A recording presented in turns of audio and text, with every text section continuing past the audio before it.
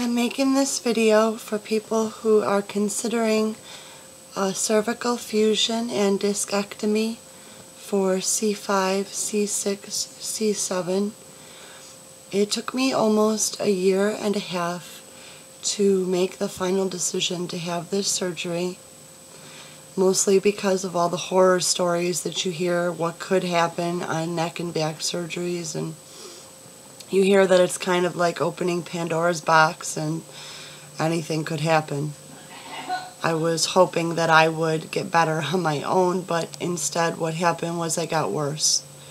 So my first recommendation would be, although you should do your research and do your research well before deciding to have a serious surgery like this, don't let your fear get in the way so much that you put it off for so long that your body starts trying to heal itself in a crooked way. That's what happened to me. I am currently 48 hours out of the surgery. The very first thing that I woke up to was a sore throat. I knew that I was going to wake up to a sore throat. The reason that you wake up to a sore throat is because they actually move your windpipe out of the way when they cut you from the front to get to your spinal cord. That is the worst of the pain. I feel shooting pains through my esophagus from about here to here at least a couple times an hour. It feels like everything's moving like this all of a sudden, which is a brand new experience for me, and it's enough to stop you in your tracks and close your eyes. It's pretty bad. I'm currently taking Oxycontin, Percocet, and Valium, and I still don't feel like it's strong enough to actually give me adequate pain relief. I do want to say that I was absolutely terrified to have this surgery, more afraid than I've ever been of anything in my life. And even though I am in a lot of pain now, 48 hours afterwards, I do not have the migraine that caused me to go in for the surgery to begin with. And that migraine that made me want to have the surgery was something that would stick around for 50 to 75% of the week, every week. I also had really bad back pain and neck pain and arm pain. I am still getting a little bit of arm pain and back pain, but from what I understand, since they put your head in traction during the surgery, it causes all those muscles to go into spasm and freak out afterwards. So that's what the Valium is for, to try and calm that down, and it does help. I was only in the hospital for a day. I slept there one night and came home the following afternoon. I liked being in the hospital more because they would... That's the shaking I was talking about of the esophagus. When you're in the hospital, they'll give you nausea medicine and painkillers through your IV, which obviously works immediately, unlike a pill, which you're sitting there waiting for it to start working. However, the hospital bed was a lot more uncomfortable than my real bed, and my husband's a chef, so I've got to admit the food here in my house is a hell of a lot better. When I was at the hospital, I didn't eat for 2 days. Every bite that I would take would turn my stomach, and they say that's because you get nausea from the anesthesia itself. They did send me home with nausea medicine, but I haven't had to take any yet. I think that the nausea has worn off from the anesthesia itself. So I've only eaten twice since my operation, which was August 13th at 11:30 in the morning. It's now 11:30 on August 15th. I've only had 2 bowls of soup in all this time. But anyway, I feel better today than I did yesterday. The doctor told me I was going to wake up today and feel like a brand new person.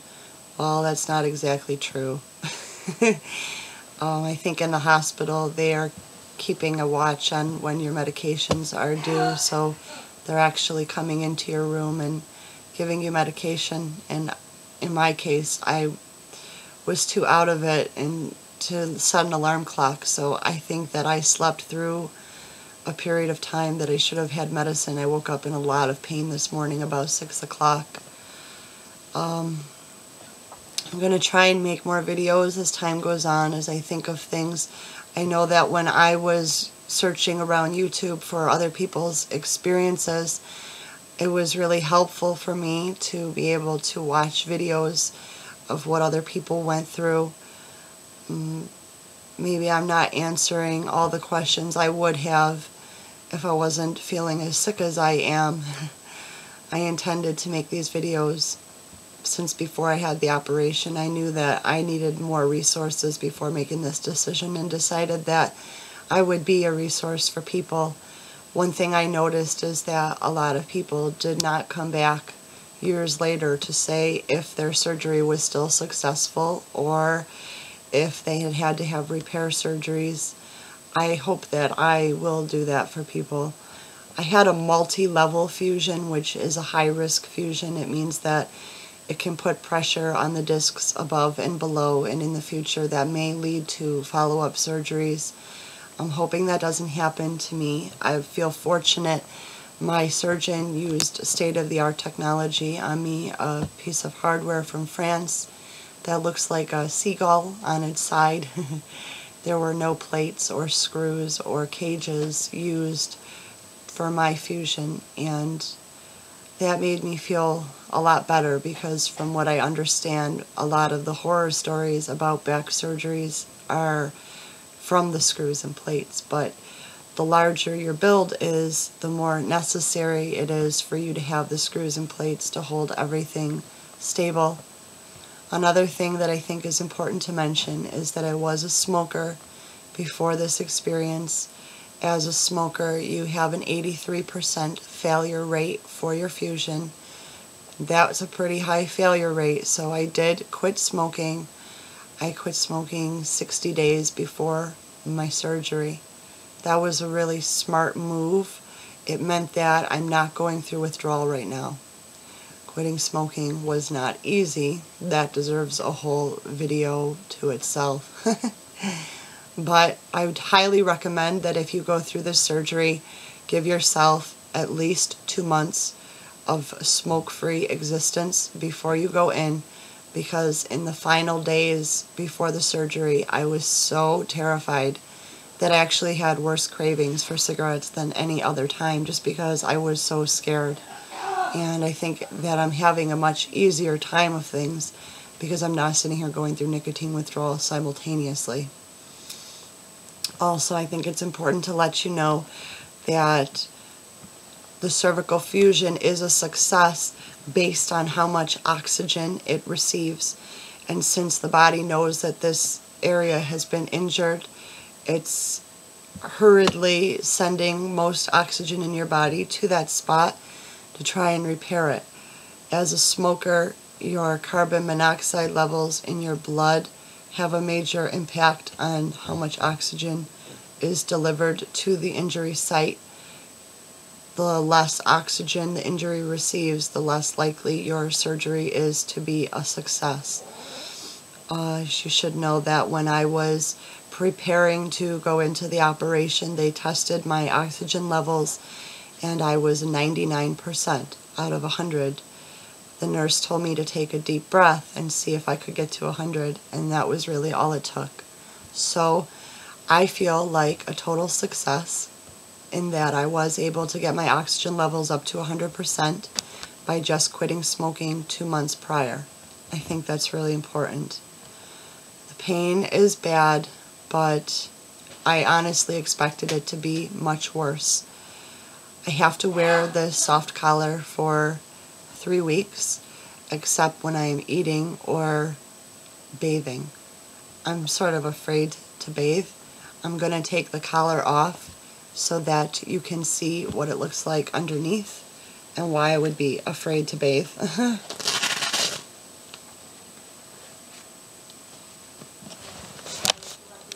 I had an anterior cut rather than a posterior cut. This is what it looks like. It's It's not a very big cut, but the clear tape goes all the way to like here, and it's definitely something I don't want to mess with. The doctor told me that if some blood comes, a little bit, drop here and there, okay, no big deal. But if it starts bleeding a lot, or it stinks, or there's pus coming out, it's time to go back to the hospital because something is wrong. I'm hoping that doesn't happen to me, obviously. The cervical collar is not comfortable, but it is not comfortable without it either. So, sleeping in it is kind of weird, but you can figure out ways to do it. What works the best for me is having like a ton of pillows and putting them all around you. When I was in the hospital, the doctor or the nurse put pillow under each of my arms and created like a T of pillows to go against the back right here and to balance the head. When I get out of bed, it helps a lot to hold my head right here. Getting out of bed is kind of hard. I'm doing like a rolling thing. I can't push myself up on my elbows like a person normally would anymore. But I should be able to in the future once I'm healed. The cervical fusion is expected to take 2 to 3 months, and other than my ride home from the hospital and a ride that I will take for an x-ray in 2 weeks, I'm not supposed to be in cars as either a passenger or a driver. I'm not supposed to turn my head to the right or left, which, you know, I'm so uncomfortable that that's not even hard to remember. In fact, it's easy to remember, because if anything is going to make you hyper aware of the way you feel, it's going to be this collar and the shaking esophagus, really. But that's the worst of it, and I feel more comfortable today than I did yesterday, for sure. Another thing I'd recommend, maybe this doesn't work for everybody, but it definitely was a good idea for me. I did not believe that I could quit smoking on my own, so I took Wellbutrin for 2 months to quit smoking, and then decided to stay on it for 2 more months during my recovery. It's an antidepressant, but it's not an SSRI, so you don't have to worry about the same things you would with other antidepressants. Wellbutrin specifically works on the part of the brain that responds to addiction. So for the nicotine addiction, it was good. It helped me not have a lot of cravings while I was quitting, but then also after the surgery itself, was, you know, every time that you get cut open in general for surgery, it affects your biology and it puts you at risk for depression. So I have to admit, I absolutely noticed a difference after they gave me the Wellbutrin in the hospital. I obviously had missed a dose while I was in surgery, and when they gave me the next dose, I did feel a lot better. So I would recommend, if you have to quit smoking, which is probably the first hardest part about doing the surgery, but you have to do it. You have to quit smoking. Don't. Just remember that you're looking at a lifetime of pain if the surgery fails. So it's worth it, you know. It's worth it to quit smoking. And you have to stay quit smoking during the cervical fusion, the 2 to 3 months afterwards. Otherwise, it's not going to fuse. You're not going to be okay. You know, by that point, you'd hope after 6 months or so that you're never going to go back to smoking. But at the same time, the rest of your life is worth at least the 6 months that it takes. I've been told that it's going to be like a year recovery for me, for like a total recovery, and that the difference between 6 months and 1 year is a really big difference. It helps having cats around. I had seen other videos where people had said things like they're not allowed to have pets in their beds or whatever after the surgery, but I asked my doctor and he said that it's okay to have pets around, and as I'm sure any of you who have cats know, they absolutely know when you're sick, so they've been just as good to me as all the nurses were in the hospital. They basically won't leave me alone and are totally over-loving me, which is exactly what I need. Someone has to take time off work so that they can take care of you for a few days when you first come home. I'm lucky that my husband was able to do that for me, and he's a chef, so he's been making me wonderful soups. If you have any questions, feel free to send them. I will do my best to answer them. I'm sure I had other things I wanted to cover, but this was like the first 10 minutes that I felt good enough to make a video, so I thought, let's try and do it now before too much time goes by. I will make more videos on my progress as time goes on, but let it be known that a month ago my 80-year-old grandmother had the same surgery, and she was diabetic, which makes it more difficult to heal. She had to wear the hard brace rather than the soft brace, and she's still in bed. She told me that it took away 95% of her pain, and that it was definitely worth doing. So, for me, I was experiencing neck pain in the front, back, and side of my neck. I was experiencing lightning through my arms and legs, and I was experiencing migraines, which was enough to close your eyes and make you give up on everything. I haven't had a migraine yet since I came out of the surgery. I was doing chiropractic before the surgery, and there were times that I would go to the chiropractor and he would crack my neck in such a way that I would suddenly realize that there had been a loud, high-pitched sound going off in my head that I didn't notice until it stopped. And him cracking my neck would make it stop. I'm bringing that up because I haven't heard that sound since the surgery. I don't know what that sound was, but it was not comfortable, and I feel like I might really be healed. I certainly don't feel healed at this moment, but the pain that I'm going through now is very different than the pain I was going through that made me feel like I needed to have surgery. So this is the healing. This doesn't feel like the injury I went in for. I will keep you posted. Feel free to send questions. I don't know what else to say right now, but I've done a lot of research on this and would love to help you be less scared. Sometimes you just gotta take a chance, you know. I had doctors tell me, if you think you're in a lot of pain now, meaning before the surgery, imagine a failed surgery. Imagine being in 3 times worse pain, you know. Maybe you could live with this, and maybe you couldn't live with the end result if it got worse. But the truth was, I really couldn't have imagined it being worse. And I felt like I had to take a gamble. So I did. So far, I think it was the right choice.